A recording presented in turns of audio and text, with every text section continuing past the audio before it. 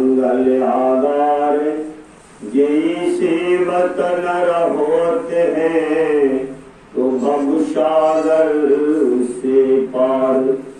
गुरु की कीजिए बंधना भाव से बारंबार, नाम की नौका से किया प्रभु जिसने भव से पार। गुरु पूर्ण परमात्मा गुरु पूर्ण जगदीश, आद पुरुष सदगुर तुम्हें मैं नवा रहा हूँ शीश। प्रेम से बोलिए परम पूज्य स्वामी जी महाराज की है, बोलिए श्री भैया जी महाराज की है।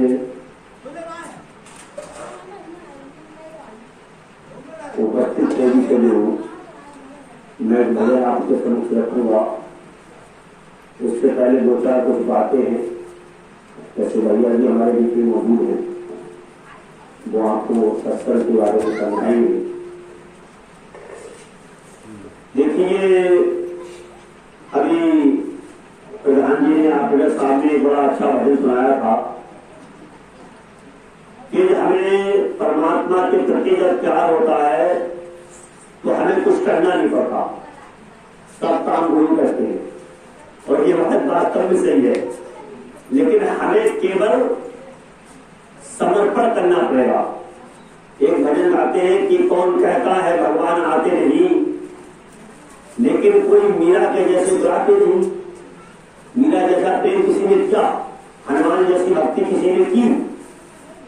हम ये बात एक मिनट में कहकर खत्म कर देते कि भाई हमें इतना सारा हो गया, सत्संग भी बने हुए या ज्ञान लिए हुए या सत्संग करते हुए, लेकिन भाई हमें तो इससे कोई लाभ प्राप्त हुआ नहीं। लेकिन हमने अपने हृदय की गहराइयों से इस बात पर झांक कर देखा कि हम कितना समर्पण कर रहे हैं गुरु महाराज के लिए। कहने में करने में बड़ा अंतर होता है। संतों ने कहा है कि कथनी मीठी खबर है और करनी बिस्की लूर, और कथनी चूर करने गए तो बिस्से अंदर हो। कथनी से काम नहीं चलेगा, केवल हम सत्संग में बने रहे, बने रहने में और बनने में अंतर है। लेकिन बोलने में एक ही जैसी लगनी दोनों चीजें, बने रहो या बन जाओ, लेकिन अंतर है, कुछ अंतर है। शब्दों का भी, बोलने में भी अंतर है और अंतर में बड़ा अंतर है। हमें बने नहीं रहना है, बनना है। अब बनेंगे तब जब हम गुरु महाराज के प्रति पूरा समर्पण कर देंगे। हनुमान के अंदर क्या था? केवल समर्पण था। तो लिखा देगा कि राम काज करने बिना मोहे कहा विश्राम। जब कालनेम ने उनको रोका, कहा यहीं पे आराम कर लो, क्योंकि उसका काम था जान फंसाने का। उधर कथा लंबी है, उधर नहीं चलेंगे। तो उन्होंने ये बात कही कि मैं प्रभु श्री राम के काम से आया हूं और रास्ते में एक सेकंड भी मुझे रुकना नहीं है, वर्जित है, मेरे लिए दूषित है, क्योंकि मैं जब तक प्रभु का काम नहीं हो जाएगा तब तक मैं रास्ते में आराम नहीं करूंगा।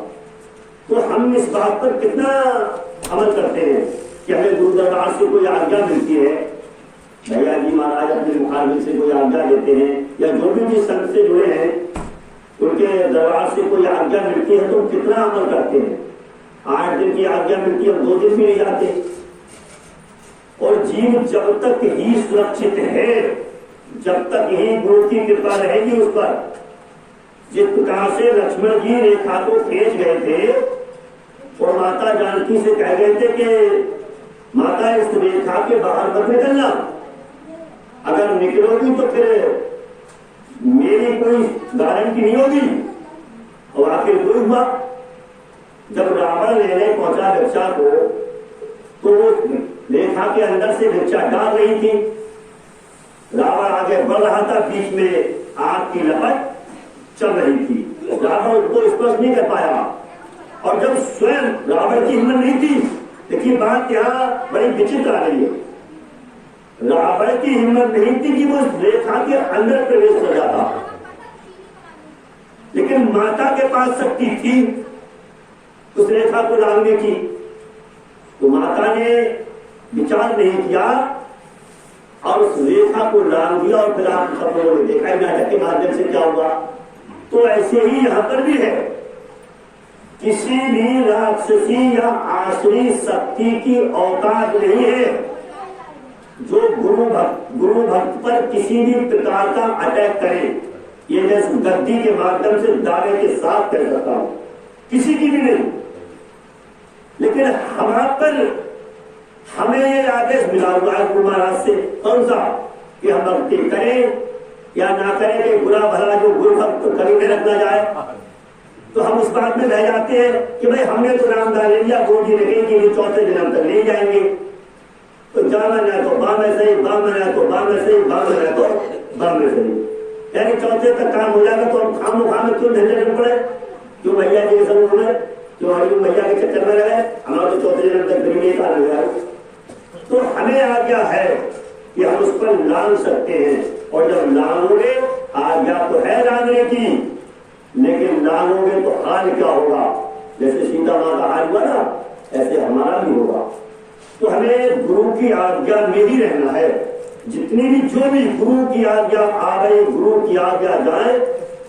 और कहे कबीरता दास को 3 लोक डरना, तीनों लोगों से गुरु रोकने वाला नहीं है। लेकिन हमें करना क्या है, केवल गुरु महाराज के प्रति अपना समर्पण रखना है। तो हम गुरु के प्रति समर्पण रहे, जहां भी सत्संग करने का हमें मौका मिले, सुनने का मौका मिले, हम अपनी वाणी से 2 शब्दों को जरूर बोले, क्योंकि ये वाणी जो है परमात्मा ने हमें बोलने के लिए दी है। और अपनी वाणी से जब हम वाणी से गुरु का नाम जपेंगे, नाम की महिमा गाएंगे, तो ये वाणी जो है पवित्र होगी। क्योंकि संतों ने लिखा है कि धन पवित्र, तन पवित्र सेवा किए, और धन पवित्र करदान, और मन पवित्र सुमरण किए तो त्रिविध से कल्याण।